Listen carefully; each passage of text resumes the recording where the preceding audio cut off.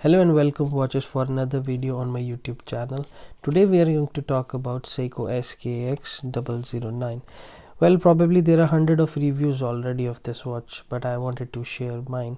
So in this video I'll touch base upon specification and overview of this watch, and then I'll tell you what I like about this watch, and then I'll transition into what I don't like about this watch, and then at the end I'll give you my conclusion.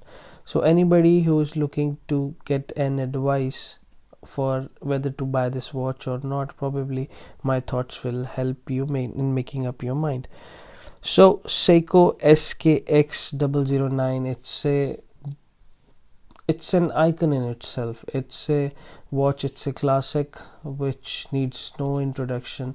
People who are in horology circles, they know this watch by the look of it. They can see it and they can instantly recognize that it's a Seiko SKX series watch. Now Seiko SKX009 is variation of SKX007, a hugely popular Seiko diver watch series. Now the watch that I'm going to review here is SKX009K1, which means that it is made in Malaysia. If it would have been SKX009J1, that would have been that it was made in Japan. There is not much difference in it, but the only difference is that one was made in one place and another one made in one place. Generally speaking, the J1 is considered a little bit superior to the one which is made in Malaysia, that is the K1. So about the specification, it's a stainless steel watch, 42mm automatic with 7S26 automatic movement in it. It has 40-hour power reserve, dated complication. It's a diver watch with 200-meter water resistance. It has a unidirectional rotating bezel. It is ISO certified, that is, it should fulfill requirements like specific amount of water resistance, then it also should have magnetic resistance, shock resistance, and adequate readability, chemical resistance, etc. as well. So it has 22 lug width. The bezel is Pepsi style, and which is 120 click. It has hard legs crystal, which is not easily scratchable, but upon impact it can shatter easily as well. So this is about the basic specifications of this watch. The watch that I have, it has a rubber band and pretty solid one, and it has dark blue dial. And coming to what I like about it, so it's a well made watch. It's like a tank in a tuxedo. It's very sturdy, robust. uh, Options of various straps are available, and it looks good in almost every one of it. Though the watch strap that comes with Seiko, like the Jubilee strap that comes with the SKX series, is not much of very great quality. However, if you buy an aftermarket strap, then it definitely looks very upscale with that. um, Another thing that I like about is the lume that it has. It has a great lume, great readability it offers.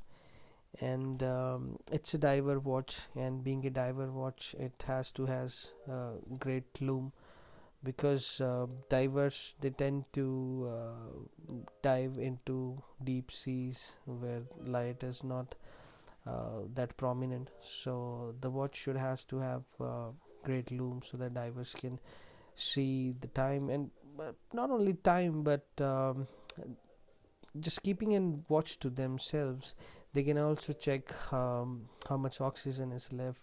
For example, they can say, or they can check that if they have 20 minutes of oxygen supply, and they can set that bezel to 20 minutes, and upon 20 minutes they can see how much time has passed and how much time they have left to keep diving, or they should return back and go to the shore or to the surface. So it is definitely a watch which is having a great history. This watch is instantly recognizable. Anybody who is watch enthusiast or who knows a little bit about watches, just by the look of it, he or she can see and say that okay, this is the Seiko SKX series watch, which is a good thing. If you think that you should have a watch which is exclusive, then unfortunately that is not something which this provides. But to have something which is instantly recognizable, and definitely to have something which is respectable, is a good thing. So this watch takes that checks, all of them. And it is also one of the watch which has got its place in movies. So there has been movies where the diver is wearing this watch. One of the example that I can give you is Robert Redford, if I'm not recalling the name wrong. Robert Redford was wearing this watch in a movie, All Is Lost. The movie was based upon a person who is sort of stranded in the sea and trying to survive. So the another thing which I like about this watch is that it is very well made, and it's a Seiko, and Seiko is known to make well made watches. Now we may think that this is a budget alternative watch to greater dive watches like Seamaster and Rolex Sea Dweller or Submariner, but this watch has a class of its own, and you can say it's an inexpensive watch, but you cannot say that this is a cheap watch, which I really like about it.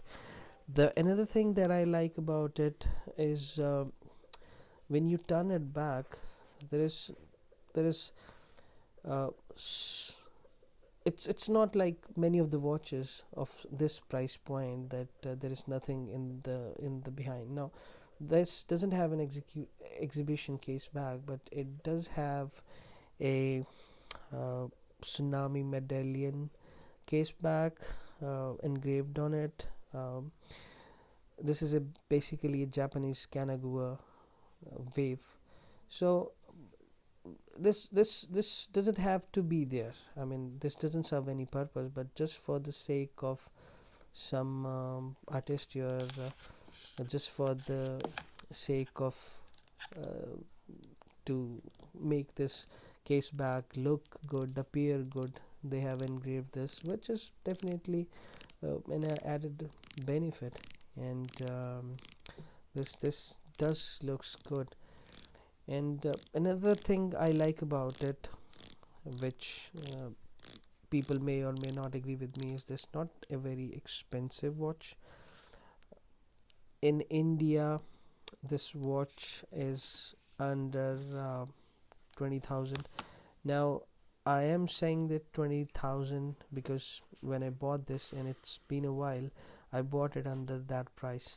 I'm not quite sure what's the price right now in the market, but I know just a quick glance on the Amazon or something, and I saw that this watch is still available under uh, 200 to 300 dollars in US, and same 200 and 250 pounds in European countries. So it's still pretty decent. It's a good bang for buck watch. It's nice. It's a nice watch in that budget point. Now, coming to the dislikes of these watches. So the first dislike that I have, basically it's a pet peeve, because many of the people, the dislike that I'm going to talk about, many of the people, they don't think that's a bad thing to have. In fact, they think that's a that's a property of this watch, or which is a good thing about this watch. So my pet peeve about this watch is that the crown is at 4 o'clock. Now normally the crown of watches are at 3 o'clock, but this watch, in a peculiar manner, it has its crown at 4 o'clock. Now 4 o'clock crown, I have 17-inch wrist, so when I wear it, I have lots of watches, so I wear lots of them, but when I wear this particular watch, it tends to dug into my skin little more than the watches that I wear which has crown on the 3 o'clock. I'm not quite sure. Now that's not true for everybody. In fact, people even say that having crown on the 4 o'clock is less prone to direct impacts, and I totally agree with them. But this is in my case where I feel little uncomfortableness with that, so I'm just sharing that. And since I've been owning this watch from long, and I have worn it quite a time, so I know that this has actually made me uncomfortable quite a while, so I'm just bringing it out. Another thing which I don't like about this watch is it's fairly accurate, but it's not very amazingly accurate. So accuracy isn't something which you can expect very much from this watch, though it's a good watch, but it does lose second and it does gain some. Another dislike that I have is it doesn't have hand winding. Now I'm not very big on hand winding watches, but I know people, they admire automatic watches being hand wound, if they can wound it by hand, or it's hackable. It's not, unfortunately. So that's another thing. If they had, I would have loved, but if they don't have, I don't have much problem. But that's something which is a con in my book. So that's pretty much it.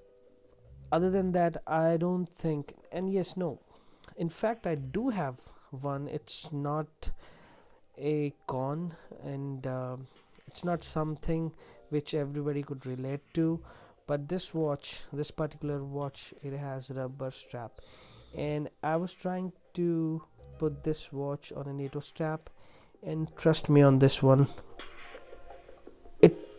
it took me quite a while to get this rubber straps out of these pins right here. It's not easy. It takes hell lot of work.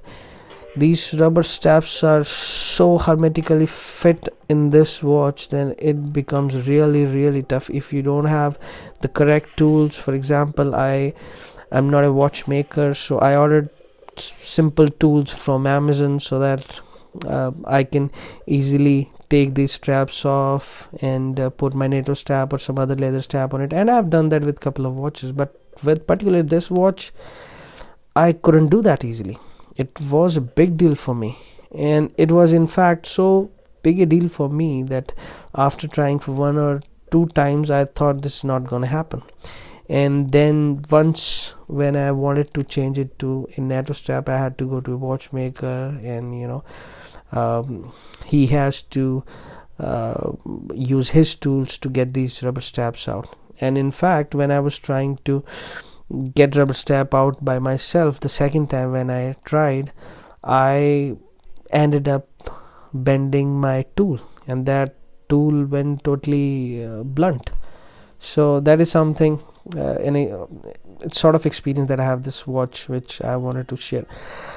So with that said, I'm done with the dislikes. Now coming to my conclusion.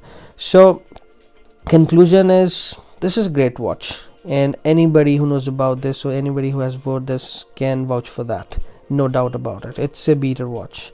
It's a perfect watch when we don't want our